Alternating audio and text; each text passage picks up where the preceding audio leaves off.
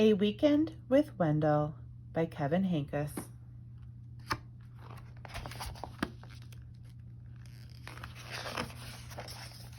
On Friday afternoon, Wendell's parents dropped him off at Sophie's house. "Wendell's going to spend the weekend with us," said Sophie's mother, while his parents visit relatives out of town. "Oh boy," said Wendell. Sophie didn't say anything. After a snack, Sophie helped Wendell carry his sleeping bag and suitcase upstairs.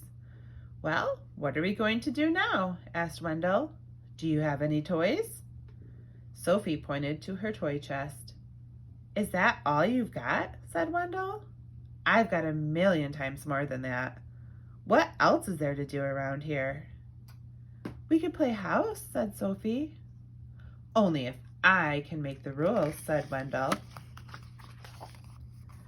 So they played house, and Wendell made the rules. He was the father, the mother, and the 5 children. Sophie was the dog. Then they played hospital. Wendell was the doctor, the nurse, and the patient. Sophie was the desk clerk. When they pretended they worked in a bakery, Wendell was the baker and Sophie was a sweet roll. "Isn't this fun?" said Wendell. Sophie didn't say anything. At dinner, Wendell said that he was allergic to anything green, so he didn't have to eat his vegetables. And then, when Sophie wasn't looking, he scooped the whipped cream off of her dessert. "When is Wendell leaving?" whispered Sophie. "Soon," said her mother. "Soon," said her father.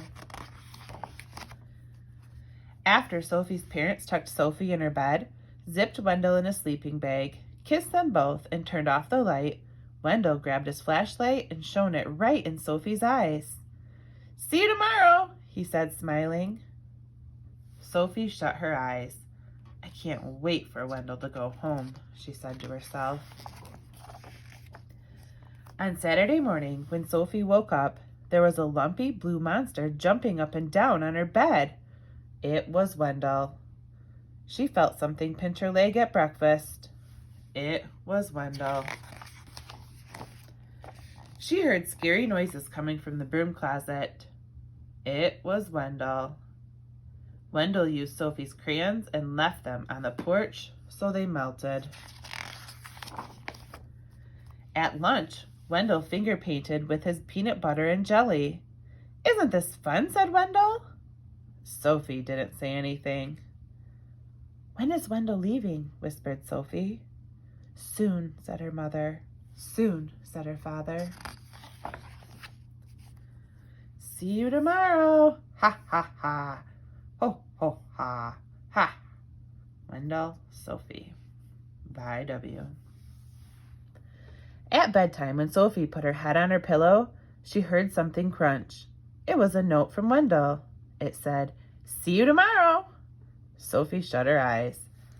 "I can't wait for Wendell to go home," she said to herself.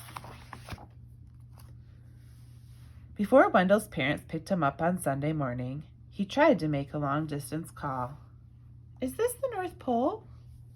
He wrote his name on the bathroom mirror with toothpaste. And he gave Sophie a new hairdo with shaving cream. "Want to go outside to help me wash this off?" asked Sophie. "We could play firefighter." "Oh boy," said Wendell. So they played firefighter, and Sophie made the rules. She was the fire chief. Wendell was the burning building. "Isn't this fun?" said Sophie. Wendell didn't say anything. "Do I get to be the fire chief?" asked Wendell. "Maybe," said Sophie. Soon Wendell and Sophie didn't care who was the fire chief or who was the burning building. "Time to go," said Sophie's mother. "Time to go," said Sophie's father. "Already?" said Wendell. "Already?" said Sophie. "When is Wendell coming back?" asked Sophie. "Never," said her mother. "Never," said her father. That afternoon, when Wendell unpacked his suitcase, he heard something crunch. It was a note from Sophie. It said, I hope I see you soon.